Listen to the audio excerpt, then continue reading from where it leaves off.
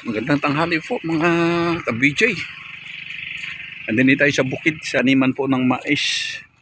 Ayun, ang dami ng mangga. Oh. Talaga namumulaklakan talaga. Tingnan niyo po. Ang baba ng mangga, dami ng bulaklak mga ka-BJ. Yan, mga bulaklak po ng mangga yan. Ayan oh. Dami. Ilan ano na lang ito. At nalaki na rin siya po mga ka-BJ. Tara po. Tingnan po natin yung mga mais po mga ka-BJ. So mga ka-BJ, andito na po tayo sa maisan. Tali po kayo mga ka-BJ. Tingnan po natin dito. Ere po yung mga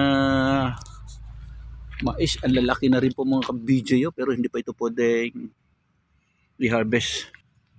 So yan oh, dami no. Dami mga bunga niyo. Mga yan po yung mga mais oh.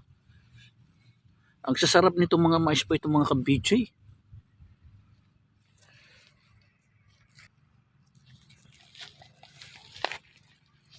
Tignan mo, may mga maliliit pa dito mais oh. Ayan po yung mga maliliit.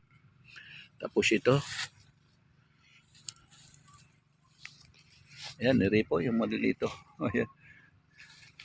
So sa isang puno pala mga ka-BJ, ang kadalasan dito dalawa-dalawa po ang ano niya. Dalawa po ang laman, ang bunga. So tingnan niyo mga ka-BJ. Dalawa-dalawa talaga ang bunga ng ano, bunga ng mais po mga ka-BJ. So hanggang dito na lang pala ang dami ng bunga niya. Hindi na pala aabot ng 3-4. Tingnan niyo, pares-pares po mga ka-BJ. So napakaluwag pala ito. Mga ilang buwan kaya ito bago nila pwede ma-harvest na sa mga ganitong mais mga ka-BJ. Tapos yung taas niya, ayan oh. Ayan. May mga ganito.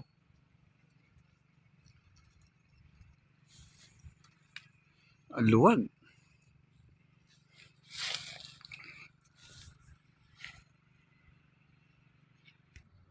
So ganito po ang buhay ng mga farmers mga ka-BJ. Magpunla ka. And then tatanim mo dyan. Tapos pagka tanim, hindi natin alam po kung mga ilang buwan pa po ito mga ka-BJ bago nila i-harvest. So tambay ka lang mga ka-BJ, mga ilang buwan, so bago ka magkapera. So pagka naman najakpatan naman natin yung presyo na mga matataas, ano man, mais, sibuyas, palay, kahit ano po mga itatanim natin, mga kalamansi, mga gulay-gulay na yan. So jackpot naman po tayo mga ka-BJ. Kaso lang yun ang problema.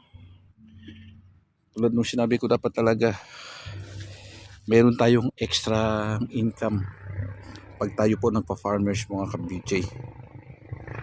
So kung wala tayong extra income, so kung hihintayin na lang po natin yung mga naitanim natin, kung ano man po dyan mga gulay na yan, medyo alanganin po mga ka-BJ. Lalo na tulad ng mga palay, mga ano yan, alam natin po mga palay na yan, 6 months bago ka mag-harvest.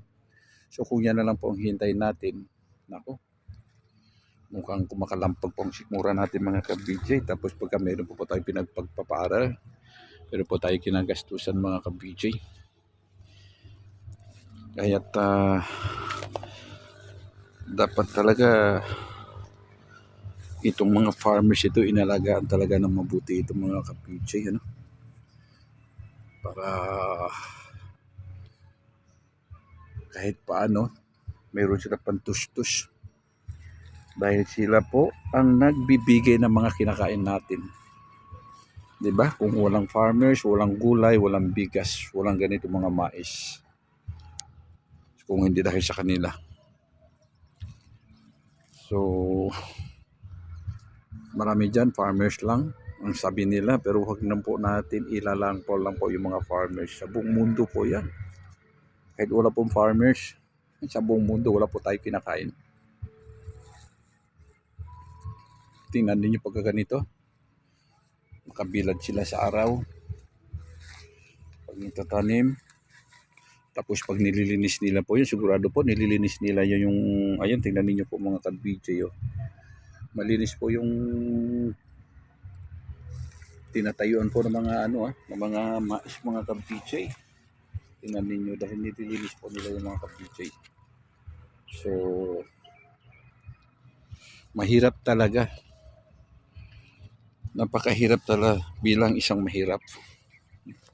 Mahirap talaga ang buhay ng farmers. Nakabilad ka sa araw. Nakabilad ka sa ulan. Pag tag-araw, nandiyan ka nakabilad sa araw. Pag tag-ulan, nakabilad ka po sa ulan po mga ka-BJ. So, ganyan po ang buhay nila. Kaya yung mga iba, sa ngayon, mga anak ng mga farmers, ayaw na po nila magpo-farmers eh. Ang ginawa nila, nag-aral na lang po mga ka-BJ. Para maiahon po yung mga pamilya, magulang nila sa kahirapan. So, hindi po tulad nung araw. Nung araw po talaga, ganun talaga ang natin. Mga farmers, sige. Total farmers ang tatay ko, maging farmers din ako. Total farmers po yung tatay ko, lolo't lola ko pa-farmers din. So ngayon, iba na po ang ng mga bata, kabataan po ngayon mga ka-BJ. Farmers ang magulang ko, naghihirap. Ayoko po maging farmers. Ayoko po na matikman ko ang hirap ng mga magulang ko, mga lolo't lola ko po. Nagpa-farmers. So kaya mga nag-aaral na lang po sila mga ka-BJ. Kaya yung mga iba, binibenta ng mga lupa nila. Diba? Yan po sa mga subdivision na yan. Binibenta kung saan-saan na yan. Kung sino-sino po bumibili. Dahil wala na pong gusto magmamana yung mga anak, yung mga apo. Kaya kung minsan po na talagang short na tayo sa mga bigas natin dito. Dahil nasa mga mayayaman na po mga kalupaan natin mga ka-BJ. Na nagtira mo dyan. Dati-dati hita-hitarya. Mga taniman ng mga palay, mga ganyan. So ngayon hindi na, ang nakita mo ngayon puros kabahayan na, puros subdivision na po ang karamihan po mga ka-BJ. Dahil sa ganun. At siyempre binipili po sa kanila medyo maganda-gandang presyo. So kinakagat po mga ka-BJ. Pero maganda rin naman itong mga farmers, lalo na po dito po na natin, nabalita natin dito sa Nueva Ecija po, lalo po dito sa Bungabong, mga banda rito po. Palayan, dyan sa mga gambard, doon na po yung mga ka-BJs, mga gimba, pag talaga na swerte po sila sa sibuyas. Nako po, tiba-tiba, millionaire po sila mga ka-BJ. Kaya naswertehan po nila yung presyo. Pagka hindi nabulok, pag walang mga uod po mga ka-BJ. Yun naman po ang laban nila mga ka-BJ, no? Ang haba ng niya, ng ere, oh. Yan. Pero marami po nagsasabi ito, may daw ito. Medyo may daw ito sa katawan natin, ha. Pagka kinain natin, pagka po na natin ito, ininom to po yung pinaglaga ng mais. Yung mga iba ito daw kinakain daw nila mga ka-BJ. Di ba pagbuksan natin ng mais, pag kumakain tayo, yung ganito meron sa loob. So pwede daw kainin natin, huwag daw po itatapon. Dahil maganda rin po yan sa kalusugan natin. Meron po mga sakit na matatanggal niya mga ka-BJ. Yun po ang sabi-sabi na panood po natin sa Facebook mga ka-BJ. So kadalasan po sa atin, pag kumakain tayo, tinatanggal po natin yan. Pag may nakadikit po sa loob yung ganito. Yan. So ngayon ko lang talaga nalalaman po mga ka-BJ, itong bunga ng mais. Dalawa lang pala mga ka-BJ. No? Ayan, 2 piraso lang pala. Bawat isang puno ng mais mga ka-BJ.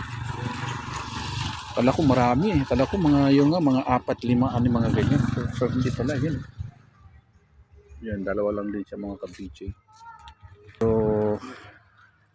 kaya po binablog natin ito dahil nandito po ko sa bukid. Nakikita ko po ako ang ganda. So mga ka-BJ, nandito na po vlog ko. Ito po ang inyong abang lingkod, ka-BJ Ben Jasin po. Thank you so much po sa inyo lahat. Pagpalay po tayo ni Lord.